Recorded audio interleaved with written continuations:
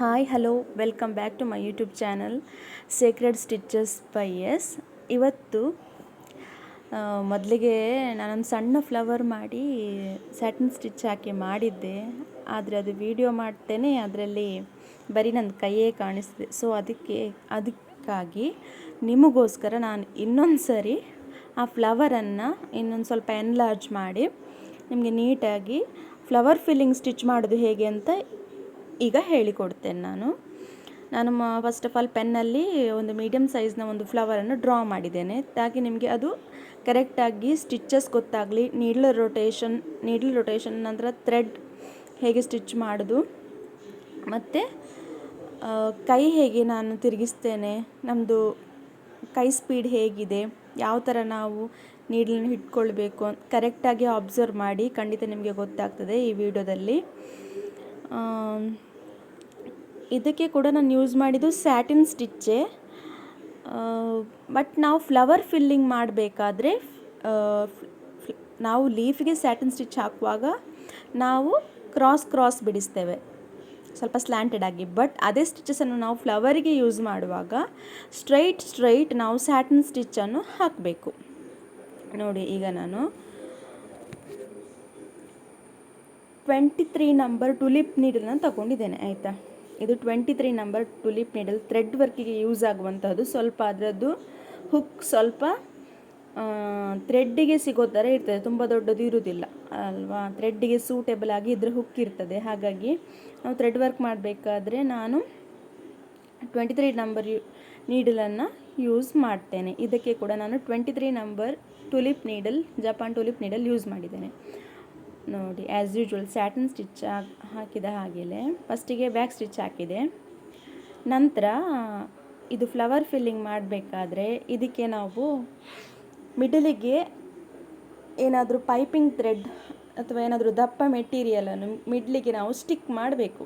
ಆಗ ನಾವು ಅದರ ಮೇಲೆ ಸ್ಯಾಟಿನ್ ಸ್ಟಿಚ್ ಹಾಕಿದಾಗ ಒಳ್ಳೆ ಅಟ್ರಾಕ್ಟಿವ್ ಆಗಿ ಫ್ಲವರ್ ಕಾಣ್ತದೆ.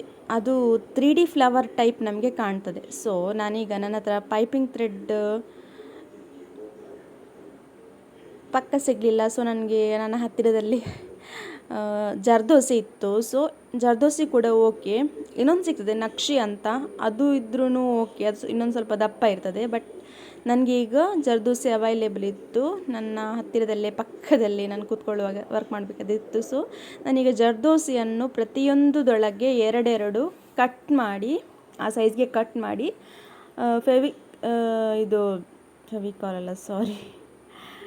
ಗ್ಲೂ ಹಾಕಿ, ನಮ್ಮದು ಫ್ಯಾಬ್ರಿಕ್ ಗ್ಲೂ ಹಾಕಿ ಅದನ್ನು ಸ್ಟಿಕ್ ಮಾಡ್ತೇನೆ. ಗ್ಲೂ ಹಾಕಿದ್ದು ಸ್ವಲ್ಪ ಜಾಸ್ತಿ ಆಯಿತು, ಸೊ ಹಾಗಾಗಿ ನಾನು ಅದನ್ನು ಸ್ಪ್ರೆಡ್ ಮಾಡ್ತಿದ್ದೇನೆ. ಅದಕ್ಕೆ ನಾನು ನೋಡಿ, ಜರ್ದೋಸಿ ಈ ಟೈಪ್ ಇರ್ತದೆ, ಉದ್ದ ಟೈಪ್ ಇರ್ತದೆ. ಅದನ್ನು ನಾನು 2 ಪೀಸನ್ನು ಇಲ್ಲಿ ಸ್ಟಿಕ್ ಮಾಡ್ತೇನೆ. ಅದು ಒಣಗಿದ್ರ ಮೇಲೆ ನಾವು ಅದರ ಮೇಲೆ ಸ್ಟಿಚ್ ಮಾಡಬೇಕು, ಅಥವಾ ಅದರ ಮೇಲೆ ಜಿಗ್ಜ್ಯಾಗ್ ಸ್ಟಿಚ್ ಹಾಕಿ ನಂತರ ಆಗ ಅದು ಮೂವ್ ಆಗೋದಿಲ್ಲ, ಆಗ ನಮಗೆ ಸ್ಟಿಚ್ ಹಾಕಲಿಕ್ಕೆ ಈಸಿ ಆಗ್ತದೆ, ಹಾಗೂ ಮಾಡ್ಬೋದು. ಬಟ್ ನಾನು ಗಮ್ ಹಾಕಿ ಸ್ವಲ್ಪ ಅದು ಒಣಗಲಿಕ್ಕೆ ಬಿಟ್ಟೆ.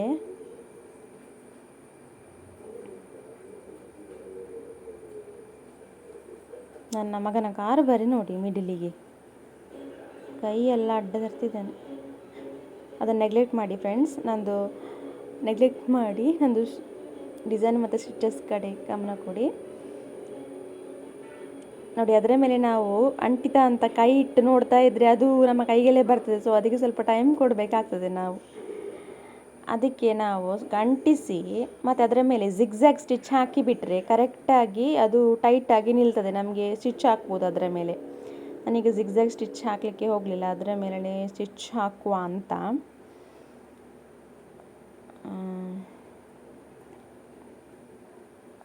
ಆಗ್ತದೆ ಅದು ಚೂರು ಹೊತ್ತು ಸ್ಟಿಕ್ ಆಗಲಿ. ಅದು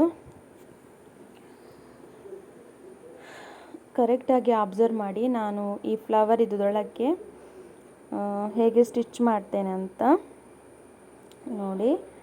ಫಸ್ಟಿಗೆ ಸೈಡಿಗೆ, ಆ ದಳದ ಸೈಡಿಗೆ ಒಂದು ಥ್ರೆಡ್ ಹಾಕಿ ಇನ್ನೊಂದು ಸಣ್ಣ ಚೈನ್ ಸ್ಟಿಚ್ ಅದರ ಎದುರುಗಡೆ. ಆ ಥ್ರೆಡ್ಡನ್ನು ನಿಧಾನವಾಗಿ ಮೇಲೆ ತಗೊಂಬರಬೇಕು. ನಾವು ಯಾವಾಗಲೂ ಥ್ರೆಡ್ ನಾವು ಹಾಕಬೇಕಾದ್ರೆ ನಾವು ಯಾವ ಕಡೆಗೆ ನಾವು ಸ್ಟಿಚ್ ಹಾಕಬೇಕು ಆ ಕಡೆಗೆ ನಾವು ಥ್ರೆಡ್ಡನ್ನು ಸ್ವಲ್ಪ ನಿಧಾನವಾಗಿ ಎಳಿಬೇಕು. ರಭಸಲ್ಲಿ ಎಳೆಯುವುದಲ್ಲ, ನಿಧಾನವಾಗಿ ಎಳಿಬೇಕು. ಆಗ ನಮಗೆ ಅದು ಥ್ರೆಡ್ ಈಸಿಯಾಗಿ ಮೇಲೆ ಬರ್ತದೆ.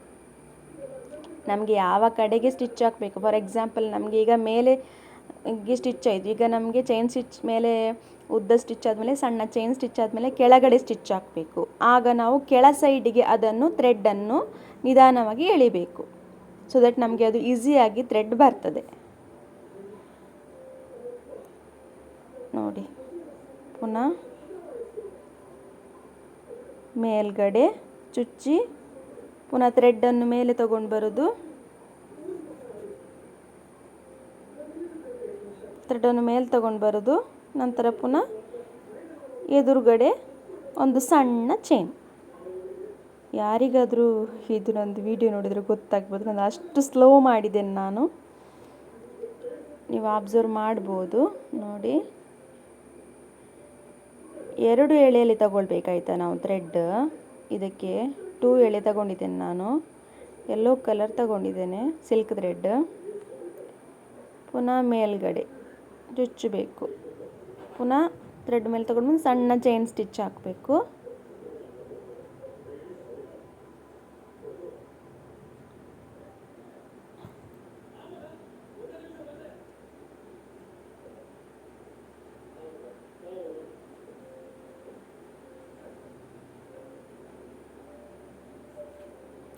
ಹೀಗೆ ಸ್ಟಿಚ್ ಹಾಕ್ತಾ ಹೋಗಬೇಕು.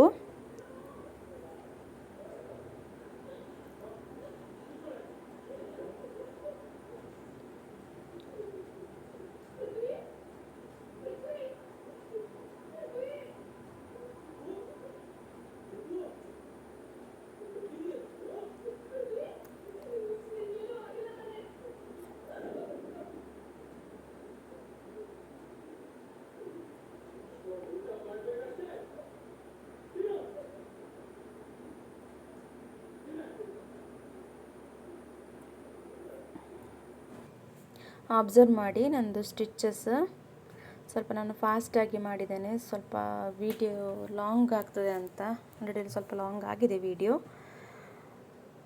ಕೆಳಗೊಂದು ಸರಿ ಸ್ಟಿಚ್ ತಗೊಂಡು ಬರಬೇಕು, ಪುನಃ ಸಣ್ಣ ಚೈನ್ ಸ್ಟಿಚ್ ಹಾಕಬೇಕು. ಆ ಶೇಪಿಗೆ ತಕ್ಕನಾಗಿ ನಾವು ಸ್ಟಿಚಸನ್ನು ಹಾಕಬೇಕು. ಸ್ವಲ್ಪ ಸೈಡಿಗೆ ಹೋಯಿತು ನಮ್ಮದು ಕ್ಯಾಮ್ರಾ. ನೋಡಿ, ಸ್ವಲ್ಪ ಕಾಣ್ತದೆ, ಅಬ್ಸರ್ವ್ ಮಾಡಿ ಕರೆಕ್ಟಾಗಿ. ಏನೂ ಇಲ್ಲ, ಆ ದಳದ ಸುತ್ತ ಫ್ಲವರ್ ಶೇಪ್ ಇದೆಯಲ್ಲ, ಹಾರ್ಟ್ ಥರ, ಅದರ ಸುತ್ತ ನಾವು ಸ್ಟಿಚ್ ಮಾಡ್ತಾ ಹೋಗಬೇಕು. ಹಾಗೆಯೇ ನಾನು 3 ದಳ ಕಂಪ್ಲೀಟ್ ಮಾಡಿದೆ. ಆ್ಯಂಡ್ ಲಾಸ್ಟ್ ಒನ್ ಉಳಿದಿತ್ತು ಆ್ಯಂಡ್ ಅದನ್ನು ಕೂಡ ಹಾಗೆಯೇ ಕಂಪ್ಲೀಟ್ ಮಾಡಿದೆ. ನೋಡಿ ಫಸ್ಟಿಗೆ ಹೇಗಿತ್ತು ಫ್ಲವರು, ಬಟ್ ನಾವು ಅದು ಸ್ಟಿಚ್ ಮಾಡಿದ ಮೇಲೆ ನೋಡಿ ಯಾವ ಥರ ಲುಕ್ ಬಂತಂತ ಅಬ್ಸರ್ವ್ ಮಾಡ್ಬೋದು ನೀವು ವಿಡಿಯೋದಲ್ಲಿ. ಅದು ಎಷ್ಟು ಅಟ್ರಾಕ್ಟಿವ್ ಆಗಿ ಕಾಣ್ತಿದೆ ಅಂತ. Flower, yellow colour flower. ಸ್ವಲ್ಪ ಪೇಷನ್ಸ್ ಬೇಕು ನಮಗೆ ಈ ವರ್ಕಲ್ಲಿ.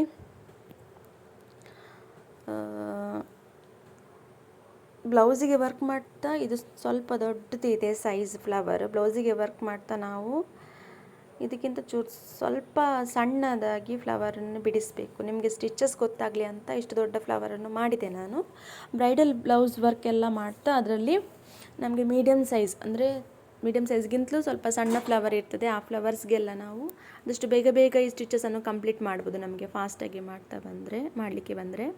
ಆ್ಯಂಡ್ ನೋಡಿ, ನಮ್ಮದು ಹಾಗೆಯೇ ಕಂಪ್ಲೀಟೇ ಆಗಿ ಹೋಯಿತು. ನೋಡಿ, ನಂದು ಸ್ಯಾಟಿನ್ ಸ್ಟಿಚ್ ಫ್ಲವರ್ಗೆ ನಾನು ಲಾಸ್ಟಿಗೆ ಒಂದು ಎಂಡ್ ನಾಟನ್ನು ಹಾಕಿದ್ದೇನೆ. ನಂತರ ಕಾಪರ್ ಕಲರ್ ಜರಿ ಥ್ರೆಡನ್ನು ಯೂಸ್ ಮಾಡಿ 14 ನಂಬರ್ ಟ್ಯೂಲಿಪ್ ನೀಡಲ್ ಯೂಸ್ ಮಾಡಿ ಇದರ ಸುತ್ತ ನಾನು ಚೈನ್ ಸ್ಟಿಚ್ ಔಟರ್ ಲೈನನ್ನು ಕೊಟ್ಟಿದ್ದೇನೆ.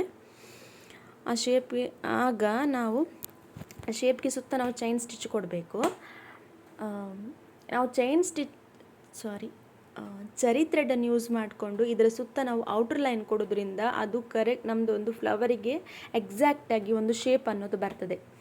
ನಾವು ಜರಿ ಥ್ರೆಡ್ ಯೂಸ್ ಮಾಡಬೇಕಂತೇನಿಲ್ಲ, ನಾವು ಅದೇ ಸೇಮ್ ದಿಟೋ ಕಲರ್ ನಾವು ಸಿಲ್ಕ್ ಥ್ರೆಡ್ ಯೂಸ್ ಮಾಡಿಕೊಂಡು ಅದರ ಸುತ್ತ ನಾವು ಸಣ್ಣ ಚೈನ್ ಸ್ಟಿಚ್ ಕೂಡ ಹಾಕ್ಬೋದು. ನಾನು ಕಾಪರ್ ಕಲರ್ ಜರಿ ಥ್ರೆಡನ್ನು ಯೂಸ್ ಮಾಡಿಕೊಂಡು ಡಬಲ್ ಲೇಯರಲ್ಲಿ ಇದಕ್ಕೆ ಚೈನ್ ಸ್ಟಿಚ್ ಕೊಟ್ಟಿದ್ದೇನೆ. ಇದು ಫ್ಲವರ್ ನೋಡಿ, ನಿಮಗೆ ನೋಡಿದರೆ ಗೊತ್ತಾಗ್ತದೆ ಅಷ್ಟು ಅಟ್ರಾಕ್ಟಿವ್ ಆಗಿ 3D ಲುಕ್ ಬಂದಿದೆ ನನ್ನ ಫ್ಲವರಿಗೆ. ನಾನು ಲಾಸ್ಟಿಗೆ ತೋರಿಸ್ತೇನೆ, ಸ್ವಲ್ಪ ಅದು ಝೂಮ್ ಮಾಡಿ ನಿಮಗೆ ಗೊತ್ತಾಗ್ಬೋದು. ಆ್ಯಂಡ್ ಇದರ ಮಿಡ್ಲಿಗೆ ನಾನು ಗ್ಯಾಪ್ ಇತ್ತಲ್ಲ, ಸೊ ಆ ಗ್ಯಾಪನ್ನು ಫಿಲಪ್ ಮಾಡಲಿಕ್ಕೋಸ್ಕರ ಒಂದು ಚಮಕಿ ಯೂಸ್ ಮಾಡಿ ಅದಕ್ಕೆ ಒಂದು ಗ್ರೀನ್ ಕಲರ್ ಸಿಲ್ಕ್ ಥ್ರೆಡನ್ನು ಯೂಸ್ ಮಾಡಿ ಅಗೇನ್ ನಾನು ನಾಟ್ ಸ್ಟಿಚ್ಚನ್ನು ಹಾಕಿದ್ದೇನೆ. ಅಲ್ಲಿಗೆ ನಮ್ಮದು ಫ್ಲವರ್ ಡಿಸೈನ್ ಕಂಪ್ಲೀಟ್ ಆಯಿತು. ಎಲ್ಲಿನೂ ನಾವು ಖಾಲಿ ಗ್ಯಾಪನ್ನು ಇಡಬಾರ್ದು. ನೋಡಿ, ಇದರ ಬ್ಯಾಕ್ ಸೈಡ್ ಹೀಗೆ ಕಾಣ್ತದೆ. ಆ್ಯಂಡ್ ಥ್ರೆಡ್ ಉಳ್ದಲ್ಲೆಲ್ಲ ನಾವು ಕಟ್ ಮಾಡಿ ಉಳಿದಿರ್ತದಲ್ಲ ಅಲ್ಲೆಲ್ಲ ನಾವು ಗಮ್ ಹಾಕಿ ಅಂಟಿಸಬೇಕು. ನೋಡಿ, ಫ್ಲವರ್ ನಮ್ಮದು ಲಾಸ್ಟಿಗೆ ಈ ಟೈಪ್ ರೆಡಿ ಆಯಿತು. ನೋಡಿ, ಒಳ್ಳೆ 3D ಲುಕ್ ಬಂದಿದೆ ಅಲ್ವಾ? ನೀವು ಟ್ರೈ ಮಾಡಿ ಈ ಥರ ಡಿಸೈನ್, ನಿಮ್ಮ ಬ್ಲೌಸ್ ಡಿಸೈನ್ ಎಲ್ಲ ಮಾಡ್ಬೋದು. 3D ಲುಕ್ ಕೊಟ್ಟಿದೆ, ಇದು ಒಳ್ಳೆ ಅಟ್ರಾಕ್ಟಿವ್ ಆಗಿ ಕಾಣ್ತಿದೆ. ನೋಡಿ, ನನ್ನ ವಿಡಿಯೋ ಇಷ್ಟ ಆದರೆ ಲೈಕ್ ಕೊಡಿ, ಕಮೆಂಟ್ ಮಾಡಿ, ಆ್ಯಂಡ್ ಯಾವ ಡಿಸೈನ್ ನಿಮಗೆ ಬೇಕು ಅನ್ನೋದನ್ನು ಕಮೆಂಟ್ ಮಾಡಿ. Thank you, bye. ಸಬ್ಸ್ಕ್ರೈಬ್ ಮಾಡಿ, ಶೇರ್ ಮಾಡಿ. Thank you, bye.